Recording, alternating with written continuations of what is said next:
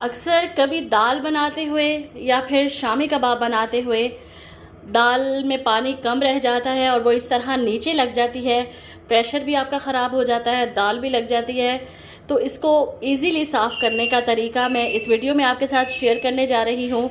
बहुत मुश्किल होता है अगर इसको ऐसे ही हम खुरचें और निकालने की कोशिश करें। मैं आपको इसकी साउंड सुना देती हूँ कि ये किस कदर ज़्यादा जल गया। असल में मैं नमाज़ पढ़ने लग गई इसको ऊपर रख कर, तो मुझे पता नहीं चला, पानी ख़त्म हो गया और वो नीचे जल गया। तो ये देखिए बिल्कुल हार्ड हो चुका है। तो इसको बहुत इजीली तरीके से हमने साफ़ करना है। ऊपर से हमने जो है दाल और जो मसाला है उसको साइड पे कर लिया, निकाल लिया अलहदा बर्तन में। अब इसको हमने फिर से रखना है चूल्हे पर और इसके अंदर डालना है हमने पानी और इसको देने हैं 2-3 उबाल। फिर मैं आपको अगला प्रोसेस बताती हूँ कि इजीली हम इस प्रेशर को कैसे साफ़ कर सकते हैं। मैं चूल्हे के ऊपर चूल्हा चला दिया है मैंने नीचे से, और इसमें मैं डाल रही हूँ बिल्कुल टैप वाटर, सादा पानी। इसमें इतना पानी डालना है कि ये जो साइडों से दाल जो है वो अच्छी तरह इसमें भीग जाए, और इसको 2-3 उबाल हमने देने हैं। तो पानी मैंने इतना डाल लिया है कि ये दाल जो साइडों से लगी है वो भी भीग गई है बीच में।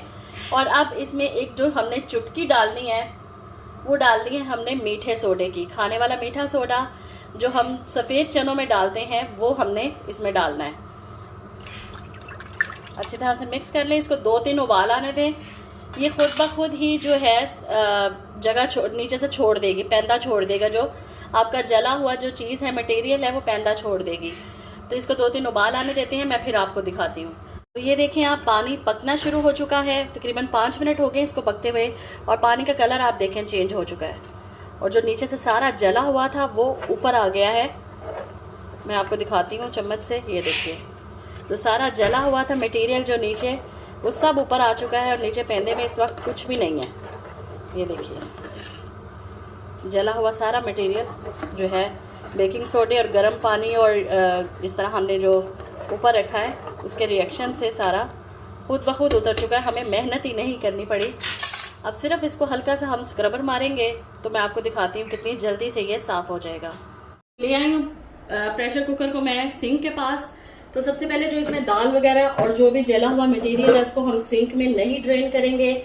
सिंक बंद हो जाते हैं इस तरह। तो यहाँ पर मैं ये देखिए इतना जला हुआ था, सब कुछ इस तरह खुद ब खुद बाहर आया। ये देखिए मतलब हमें मेहनत भी नहीं करनी पड़ी और सारा जला हुआ ऑटोमेटिकली बाहर आ गया। अब आपने क्या करना है, कोई भी लिक्विड ले लें, वॉशर जो आप यूज़ करते हैं या साबुन यूज़ करते हैं, आप वो यूज़ करते हैं। मेरा मिट्ठू बहुत ज़्यादा इस टाइम पीछे बोल रहा है, इसका तो बस नहीं चल रहा कि मैं खुद आके कर लूँ ये काम।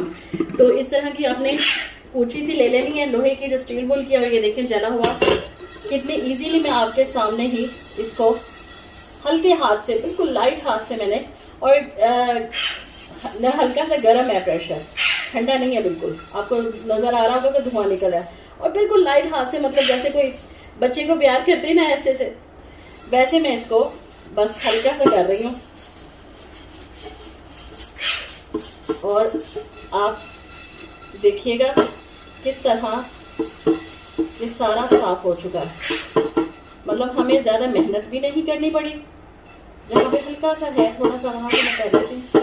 चलिए दैट्स इट। और ये देखिए आपके सामने ही है किस तरह जला हुआ था प्रेशर बिल्कुल, और किस तरह हमने इसको इजीली इसको साफ कर लिया है। हल्का फुल्का अगर कहीं रह गया है तो वो आप स्क्रैप जो पूछी है उसको थोड़ा सा जोर से मार लें, अदरवाइज इतना जोर लगाने की ज़रूरत नहीं है, क्योंकि प्रेशर हमारा ऑलरेडी बिल्कुल क्लीन हो चुका है। देखिए साफ़ हो चुका है, ज़रा भी जला हुआ जो हमसे जल गया था वो नहीं रहा। तो होप सो आपको ये आज की वीडियो पसंद आई होगी। प्लीज़ लाइक शेयर ज़रूर कीजिएगा। इजाज़त दीजिए, अल्लाह हाफिज़। आ जाओ भाई, आप देख लो मिट्ठू साहब तो बस नहीं चल रहा मेरे को, वो आ जाए वीडियो में।